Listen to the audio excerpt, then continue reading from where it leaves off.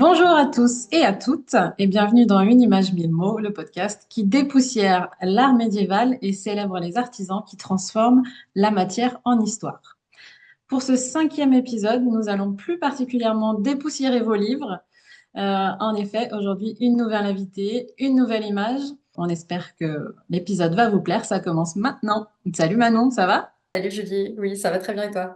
Ouais, très bien. Prête pour ce nouvel épisode. Je suis contente que tu aies accepté mon invitation. Ça fait un petit moment qu'on se suit sur les réseaux et on a enfin trouvé un moment pour faire ça. Là, ça tombe bien parce que tu as ta petite collection particulière pour Noël. Je fais un petit teaser pour la suite.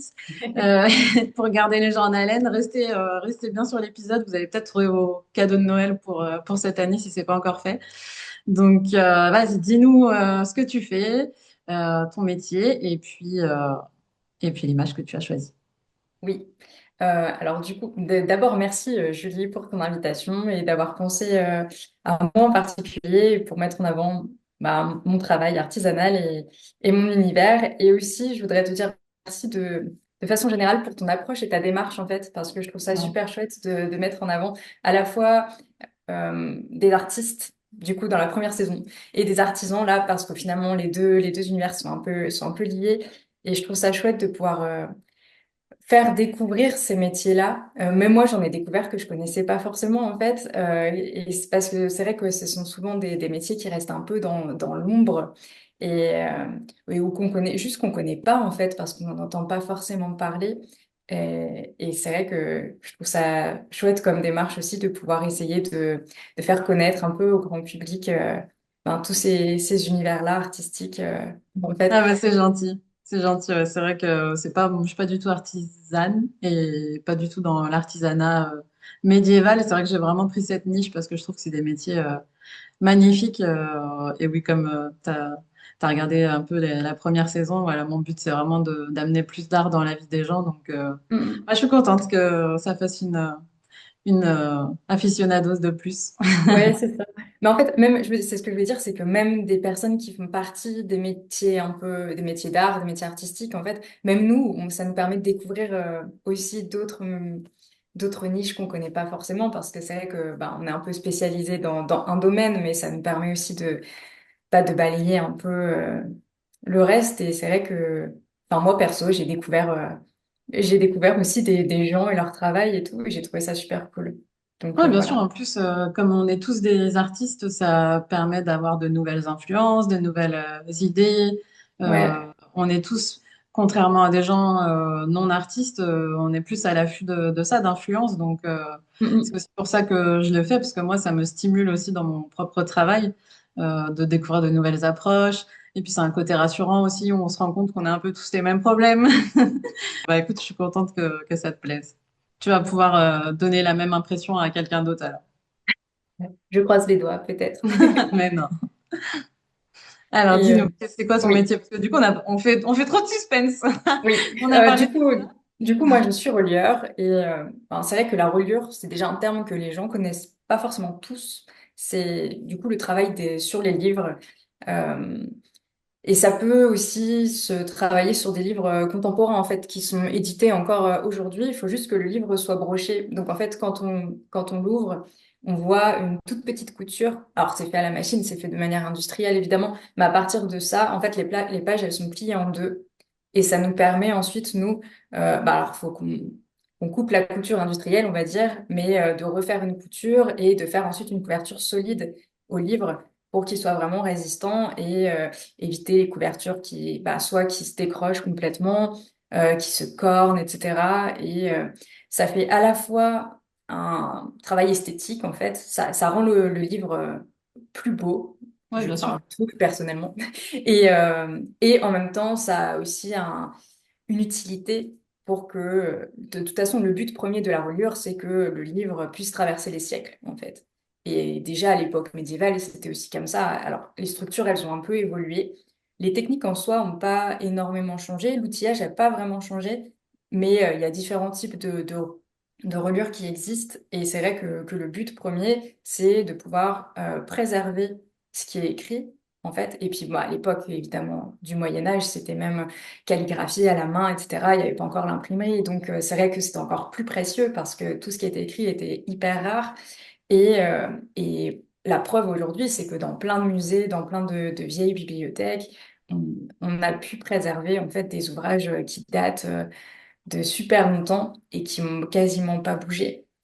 Et en même temps, il y a toujours eu aussi un travail esthétique, surtout sur la couverture extérieure, pour rendre cet objet vraiment particulier, qui mêle à la fois le côté écriture, lecture. À l'époque du Moyen Âge, en fait, il y avait aussi tout ce qui était enluminure, calligraphie. Et donc, en fait, c'est vrai que c'est un pont et ça fait bien le pont aussi avec l'image que j'ai choisie au final. C'est vrai que la reliure, je trouve que c'est vraiment un pont entre plein de domaines artisanaux et artistiques différents. Ouais, c'est vrai, Et même le papetier, ouais, pareil. Aujourd'hui, oui. on pense plus à ça, mais on connaît quelqu'un qu'on suit toutes les deux sur Instagram qui fait son papier artisanal, que j'espère un jour avoir dans le podcast. Ton métier, contrairement à par exemple au brodeur que j'ai eu, Mm, mm. relie plein d'autres métiers artisanaux. Et Oui. c'est hyper enrichissant. Tu te dis, voilà, un livre, tu penses pas à tout ce qu'il y a derrière, tous les petits métiers, toutes les petites mains qui ont travaillé sur ce livre derrière, c'est dingue. Et si on pousse même encore, à l'époque, il y avait aussi des petites bosses dans les coins des livres. Ouais. Donc là, ça rajoute un savoir-faire en plus. Donc ouais, c'est très riche. Et qu'est-ce qui Oui. t'a amené à ce métier-là? Euh, En fait, j'ai toujours baigné dans les livres depuis toute petite déjà. C'est vrai que très tôt, mes parents m'ont mis entre les mains des livres, m'ont fait des lectures et tout. Et c'est vrai que le côté livre, je l'ai toujours eu depuis vraiment super jeune.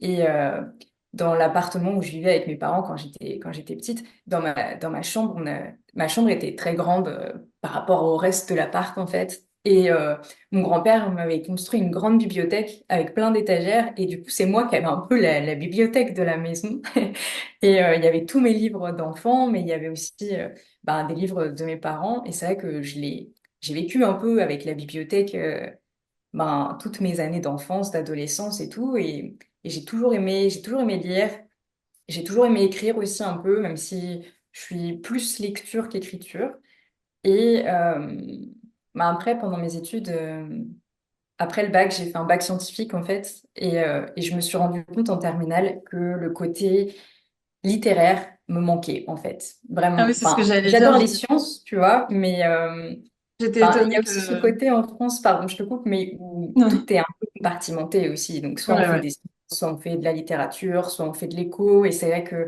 euh, c'est difficile quand on aime plusieurs choses de trouver vraiment son équilibre. Et du coup, à la fin de la terminale, après mon bac scientifique, je me suis dit, ouais, mais en fait, il me manque un truc essentiel qui est hyper important pour moi, c'est la littérature, en fait. Et donc, la littérature, c'est pas directement le livre, mais c'est quand même hyper lié. Et du coup, je suis partie en prépa littéraire et j'ai adoré, j'ai redécouvert aussi l'histoire géo. Moi qui n'étais pas super douée en histoire, c'est ma prof de prépa m'a fait adorer l'histoire. Alors, on n'a pas fait d'histoire sur la reliure, évidemment, quand j'étais en prépa, mais c'est venu après. Et, et du coup, bon, j'ai continué mes études, pas du tout dans la reliure à la base. J'ai fait un master après, un master recherche en littérature. J'ai passé un concours parce que du coup, je suis prof. J'ai fait un doctorat aussi en littérature latino-américaine. Et en fait, l'année où j'ai soutenu ma thèse, c'est l'année où j'ai passé le CAP de reliure. Et du coup, la littérature a toujours été là dans tout mon parcours. Et à un moment donné, je me suis dit, OK, j'enseigne toujours et j'adore enseigner, mais il me manquait le côté manuel et le côté créatif. Même si en soi, quand on est enseignant, on crée aussi un peu ses cours et tout ça, mais tu vois, c'est pas la même dimension. Non. Et je me suis dit, ouais, mais en fait, j'adore faire des choses avec mes mains et j'aime beaucoup aussi l'approche artistique, en fait, la dimension de quels matériaux choisir, comment les associer, les motifs. Et du coup, j'ai décidé de me former pendant un an chez un artisan relieur dans le but de passer le CAP.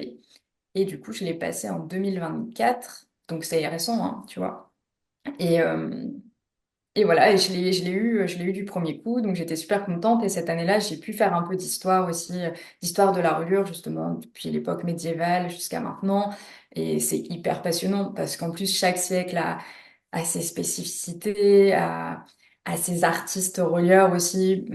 Parce que du coup, oui, c'est vrai il y a des relieurs où c'est vraiment de l'artisanat, je dirais.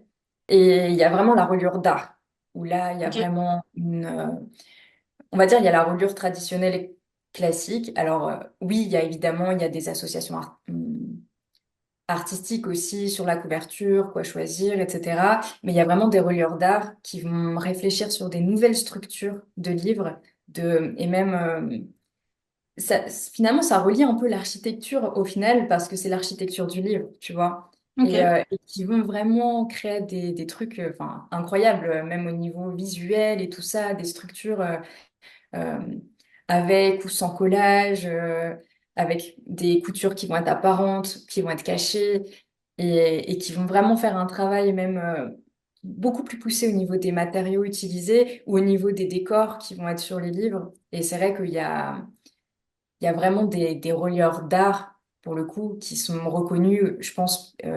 Je sais pas d'ailleurs au niveau du statut qu'ils ont, s'ils sont artistes au final ou s'ils sont toujours artisans, parce qu'il y en a vraiment, leur travail artistique est poussé tellement loin que je pense qu'il y a vraiment tu vois, c'est un Ouais. peu, Si on prend la définition d'un artisan, c'est quelqu'un grosso modo, hein, c'est quelqu'un qui crée un consommable, alors que l'artiste crée quelque chose qui n'est pas forcément consommable, mais qui ouais. est de l'esthétisme. Donc, je pense que on peut dire les deux, et à chaque fois, pour chaque invité, c'est la frontière, elle est toujours hyper mince, Mm, parce que je pense que la majorité des artisans sont des artistes, mais par contre, on est très loin du fait que tous les artistes soient des artisans. Donc, ouais, ouais, je comprends. Ouais. je pense on peut dire les deux, tu vois, artiste, artisan.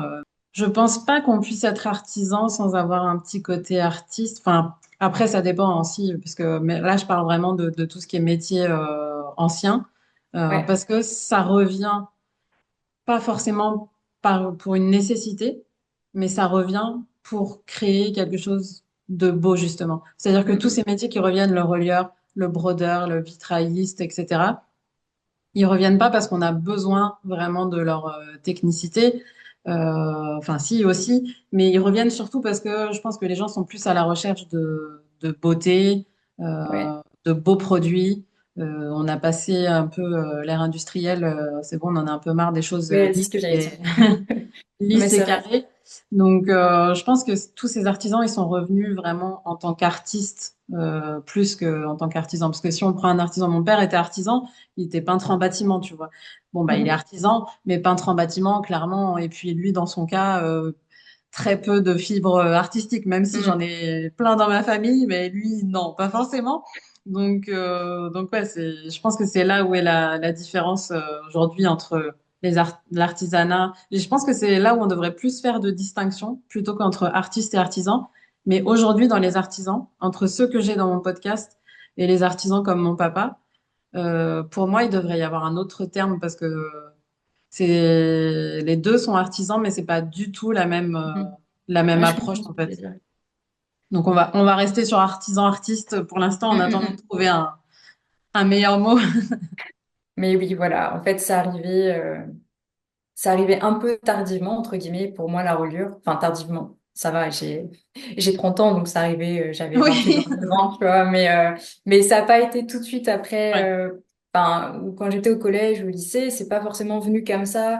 Bah, d'abord parce que c'est un métier dont on ne parle pas, en fait. exactement. Et il y a plein d'autres métiers d'ailleurs dans l'artisanat, de manière générale, l'artisanat d'art, etc., dont on ne parle pas. Et c'est vrai que quand on est super jeune, qu'on est ado, sauf si on a déjà des proches qui sont un peu dans ces domaines-là, enfin, ça vient pas à nous tout seuls, en fait.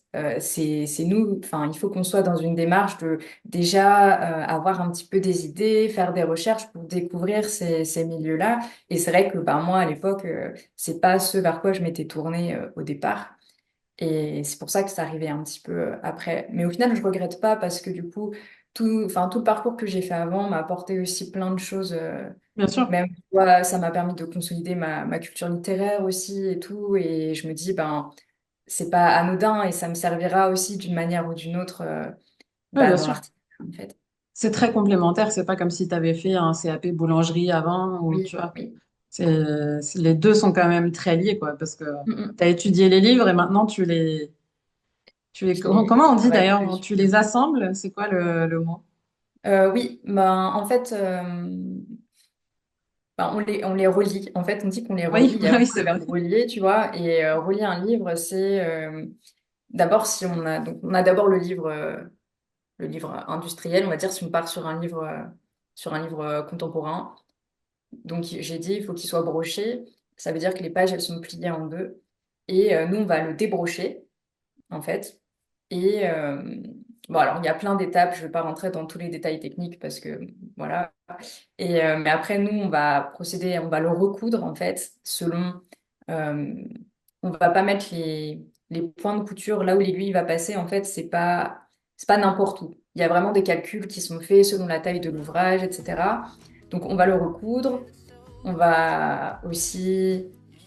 Alors, en reliure, on peut coudre soit sur ruban, soit sur ficelle. Ça dépend. Ok.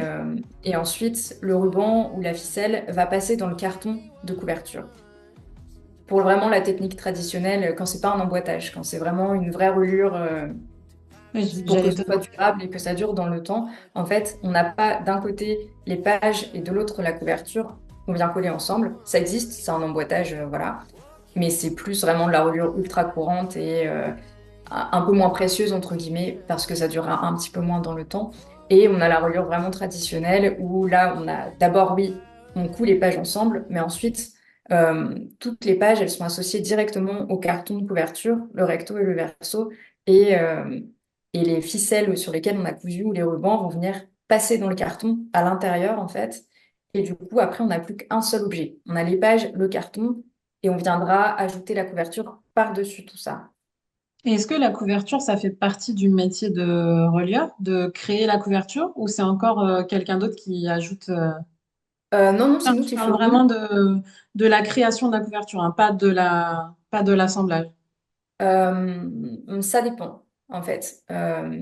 Alors, pour tout ce qui va être, oui, évidemment, si on utilise du cuir, par exemple, c'est pas nous qui allons faire le cuir. On va acheter un cuir déjà qui sera déjà tanné, etc. Donc ça, non. Mais il y a des relieurs qui font ensuite des décors sur le cuir, par exemple, de la peinture, etc. Donc là, c'est eux qui peuvent le faire.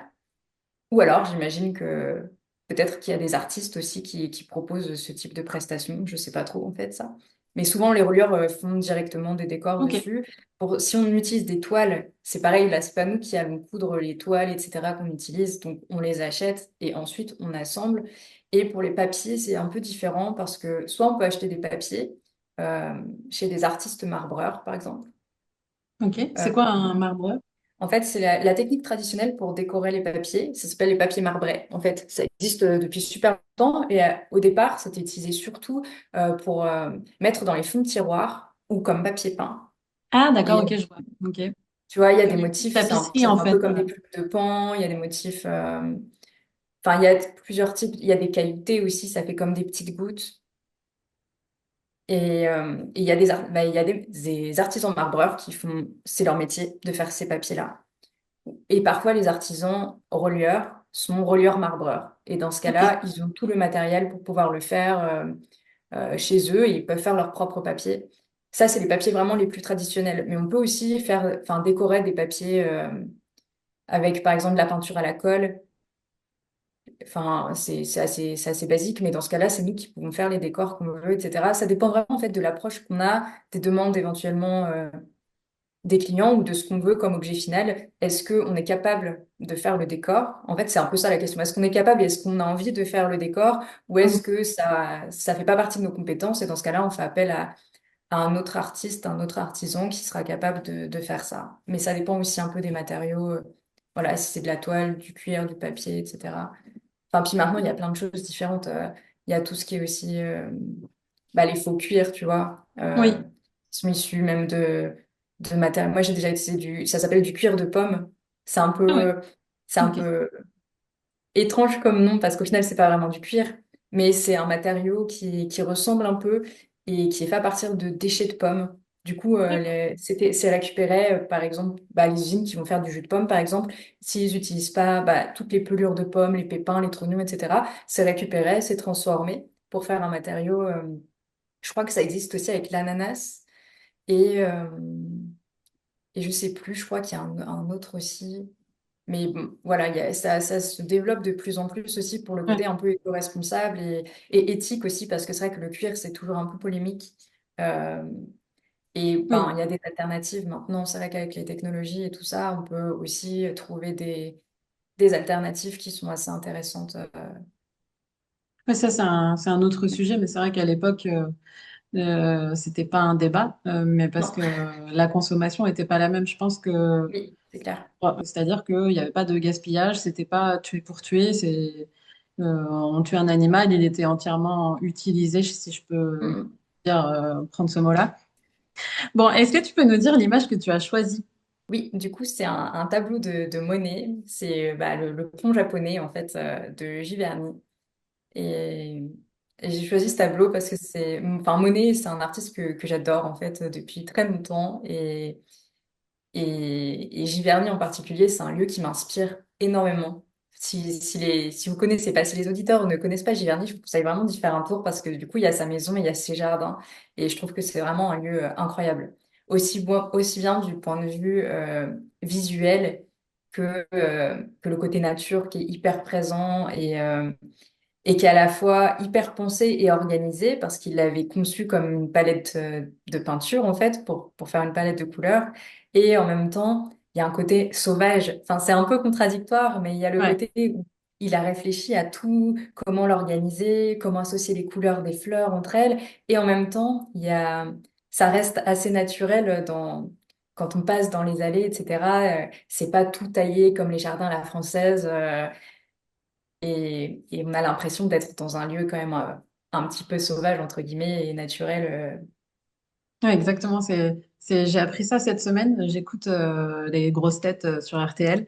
Et cette semaine, il y avait une question sur ça justement. Et Laurent Ruquier disait que les nénuphars, en fait, ont été importés. Moi, je pensais bêtement que c'était naturel, quoi. Mais non, comme tu dis, il a vraiment tout créé son jardin. Il a Ouais, choisi ses nénuphars pour qu'ils soient de telle couleur, telle couleur.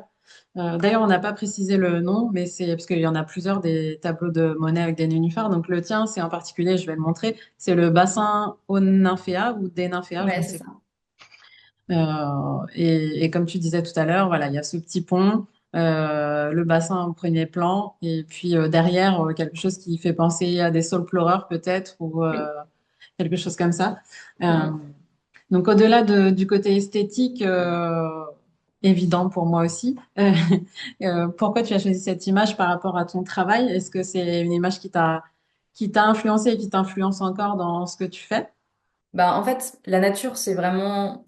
enfin, j'ai deux sources d'inspiration majeures. C'est la littérature, évidemment, ce qui est assez logique, et la nature. La nature, c'est vraiment quelque chose qui est hyper important pour moi. J'ai toujours été hypersensible euh, aux fleurs, aux végétaux, aux arbres. Tu vois, là, on est encore à la période de l'automne et j'adore voir tous ces changements sur les arbres, les changements des couleurs. Et c'est vrai que si on regarde un peu ce que je fais dans la papeterie, euh, souvent, c'est le côté nature qui ressort. Je prends souvent des motifs floraux, etc. Et j'ai aussi fait des créations avec des vraies fleurs séchées euh, que j'ai mis en couverture. Et c'est d'un côté pour ça que j'ai choisi ce tableau, pour le rapport à la nature, et aussi parce qu'il y a le pont. Et c'est ce que je disais tout à l'heure, pour moi, la reliure, c'est vraiment un pont, en fait, entre différents métiers, entre différents artisanats. Et du coup, on en a vite fait parler tout à l'heure, mais d'abord, notre matériau premier, c'est le papier, en fait. Et c'est vrai que j'ai découvert le papier artisanal en travaillant dans la reliure. Et c'est un matériau que j'adore parce que le papier artisanal, il a vraiment, au-delà de la qualité du papier, évidemment, qui est bien meilleur que du papier industriel, il y a un côté de la texture aussi. Au toucher, c'est hyper doux. Mm. Euh, et c'est vrai qu'il y a l'aspect visuel aussi, parce que c'est pas parfaitement lisse comme des feuilles d'imprimante, quoi. Il y a aussi un côté texture, donc visuel au niveau du toucher. Et, et c'est vrai que c'est des matériaux que moi j'adore et que j'aime de plus en plus utiliser.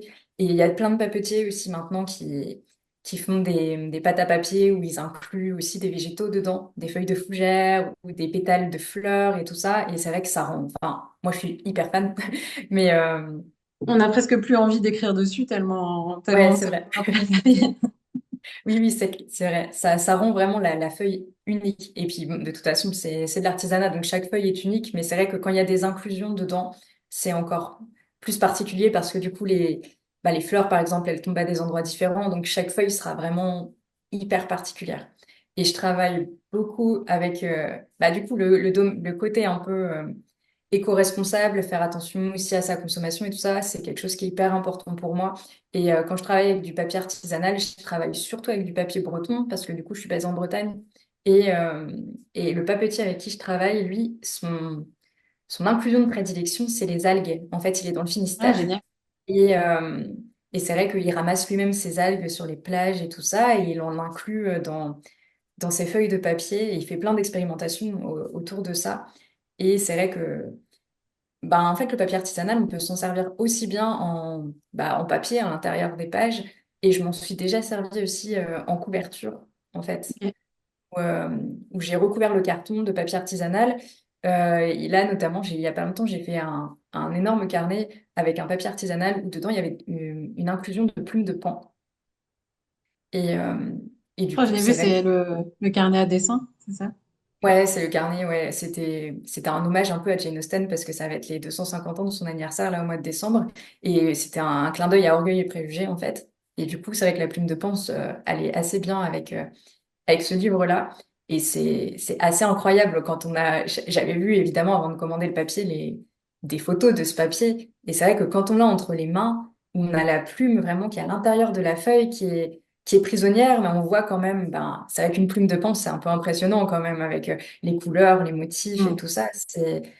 Tout de suite, ça donne une dimension artistique, c'est vrai en fait, à tout ça. Et je trouve aussi que le papier artisanal se dore assez bien en fait, parce que Ok. du coup, c'est vrai que en fait, on dit relieur, mais à l'époque, c'était aussi relieur d'horreur. Alors, d'horreur, c'est vrai que c'est un métier à part maintenant, pour faire les décors sur les livres, je parle en tout cas, mais j'en fais un petit peu, un tout petit peu. Et surtout, juste dorer des mots et tout ça. Et c'est vrai que je trouve que le papier artisanal est hyper agréable à dorer parce que ça bave pas partout et que ça prend plutôt bien la dorure. Et du coup, c'est un matériau que j'aime vraiment de plus en plus travailler et pour tous ces aspects-là. Du coup, voilà, le pont, c'est déjà le papier. Ensuite, il y a le côté reliure. Et comme il y a le bassin des nymphéas avec l'eau, ça m'a fait aussi penser à la marbrure, ce dont on parlait tout à l'heure, pour faire les papiers marbrés, parce qu'en fait, je trouve ça incroyable. J'en ai fait une fois une initiation. Et c'est une technique hyper particulière, parce que c'est une technique de peinture un peu au final, mais en fait, ça se fait sur l'eau. Ah En ouais. fait, dans l'eau, il y a un mélange d'algues qui permet que les encres quand elles vont être déposées dessus, vont rester à la surface de l'eau.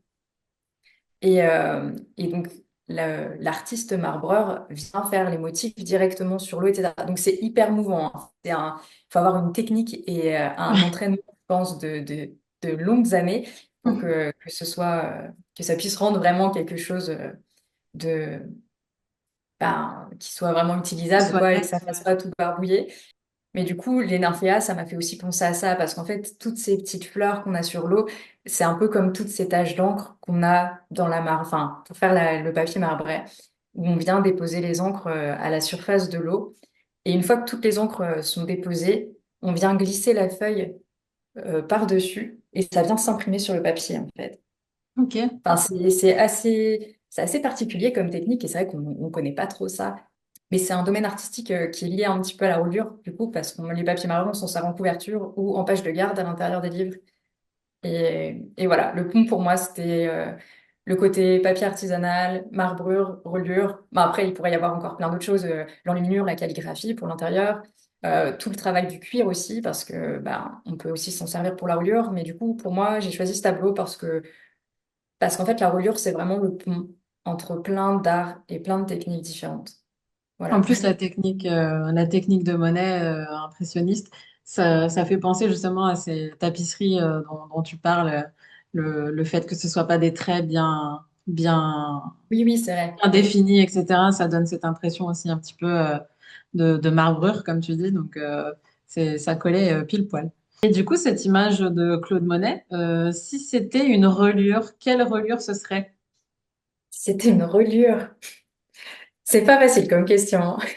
Euh, si le tableau était une reliure, c'est Ouais, ça? si tu devais interpréter ce tableau en reliure, tu vois, par exemple, tu as interprété le Jane Austen avec Ouais.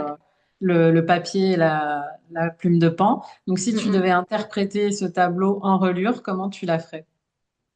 Eh ben, je pense que du coup, je pense que je ferais un peu les collages comme je fais, mais alors ça serait encore beaucoup plus travaillé parce que ça faudrait que ce soit plus fourni, mais avec des végétaux séchés en fait. Parce que la nature est tellement présente en fait dans cette œuvre. Alors, comme le vert est la couleur principale dans ce tableau, peut-être que ce sera un travail plutôt avec des feuilles, Ouais. et des petites touches de fleurs à certains endroits. Mais ouais, pourquoi pas faire ça? Ou alors, je sais pas. Ou alors vraiment faire une peinture aussi, une réinterprétation picturale sur la couverture, je sais pas. Mais c'est vrai que le côté végétal ça me dirait bien. Ça pourrait me donner des idées peut-être pour l'année prochaine, je sais pas. Parce que j'aimerais bien faire une collection un peu de papeterie autour de Monet, justement, parce que comme c'est un artiste que j'aime beaucoup. Et pourquoi pas faire comme j'ai fait pour Jane Austen, tu vois. Faire un carnet vraiment spécial avec une composition ultra artistique Ouais. pour rendre hommage un peu à ce tableau. Pourquoi pas? Une série. Merci pour l'idée. Ah, bah, de rien, écoute, avec plaisir. Ça me semblait évident quand tu m'as parlé de ce tableau. Moi, je suis pas du tout relieur et ça m'a tout de suite inspiré. Je me suis dit, ah, on pourrait faire un truc avec justement avec les fleurs de nénuphar. Ce serait Ouais, super ouais. joli. C'est vrai. En parlant de ça, est-ce que c'est forcément des nouvelles créations ou parce que je sais que tu en as parlé un petit peu au début, ou tu fais aussi des, des tu reprends un livre que les gens ont déjà, par exemple, depuis longtemps et qui veulent remettre à neuf. Ouais, c'est possible. Ça me fait penser, il y a 1 ou 2 ans.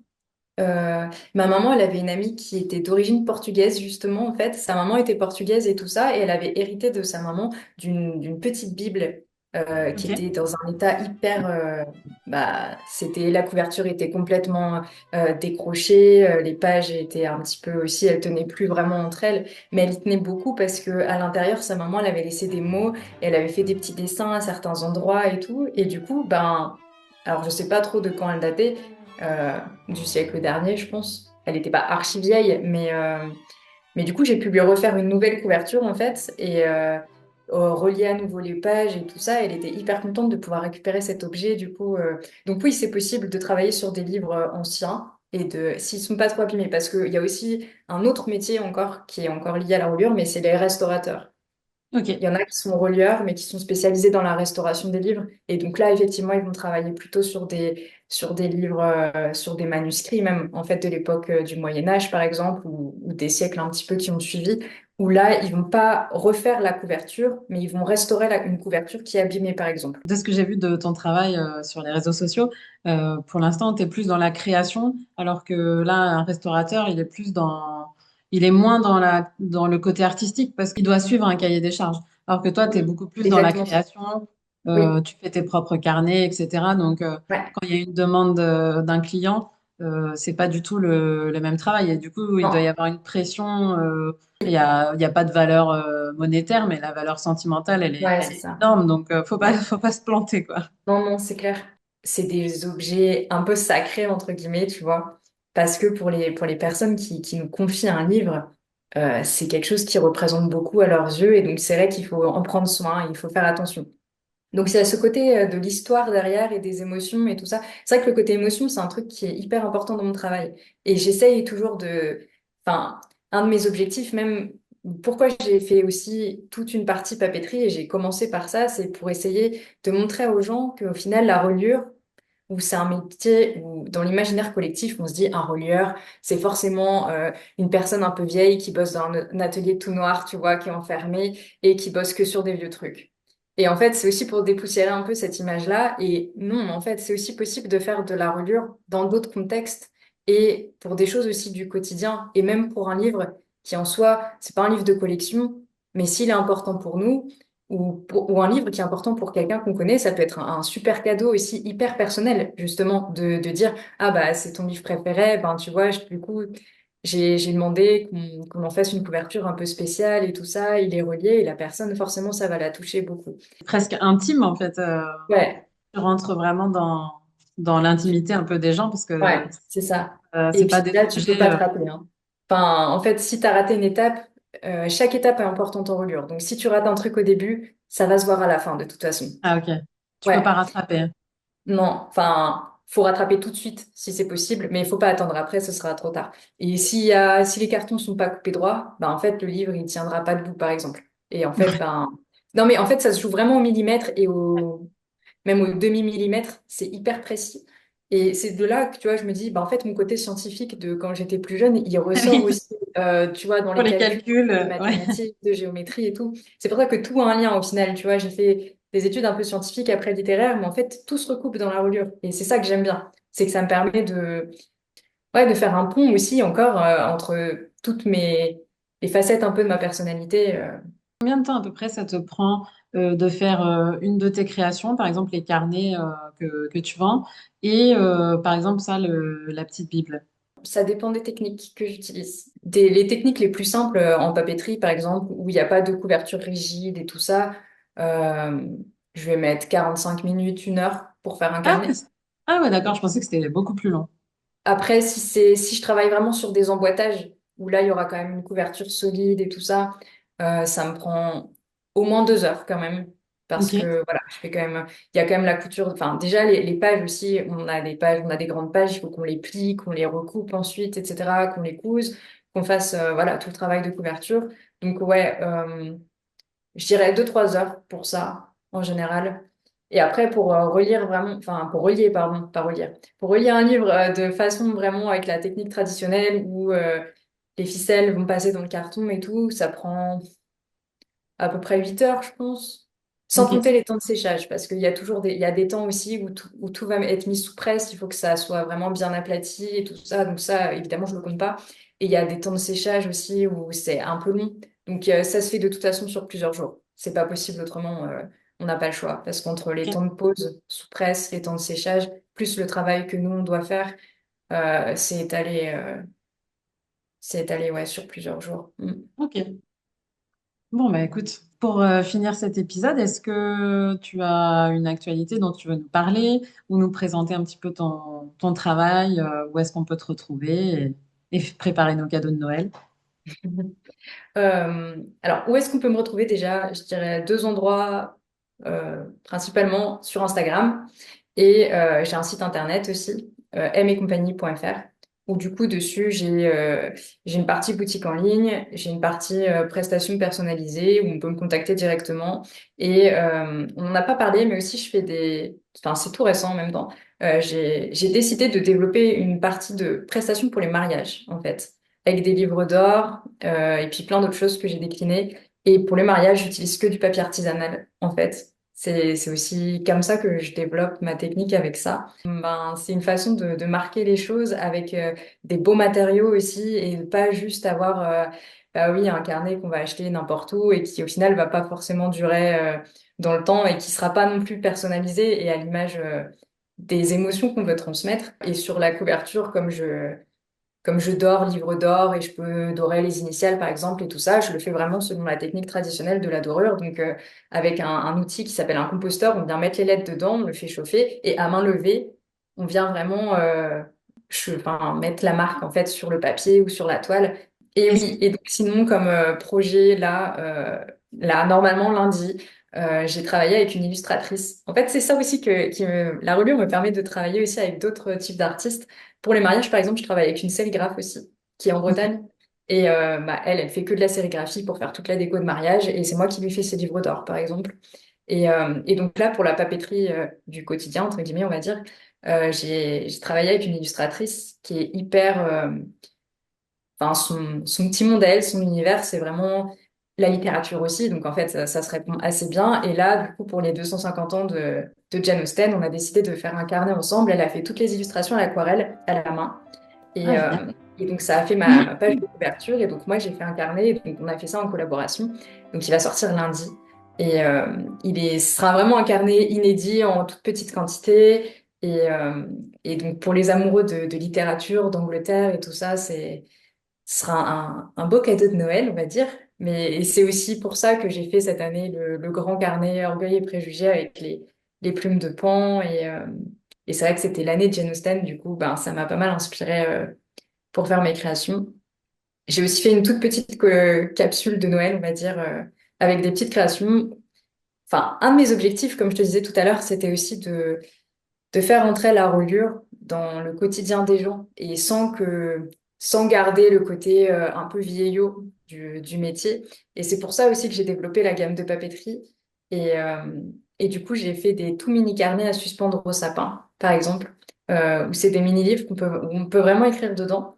Ok. Du coup, moi, c'est ce que j'avais fait l'année dernière, en fait, pour moi. Ma toute première création comme ça, ouais, je l'avais faite pour moi. Et c'est vrai qu'en fait, je me suis dit, mais c'est vrai que ça peut être une bonne idée pour aussi reprendre le temps. Parce que c'est vrai qu'à Noël, il y a toujours le côté un peu surconsommation, tout va super vite, machin. Et on ne prend plus le temps de profiter de sa famille vraiment, des choses simples, tu vois, aussi, juste partager un repas, des rires, raconter un peu nos vies ces derniers temps et tout.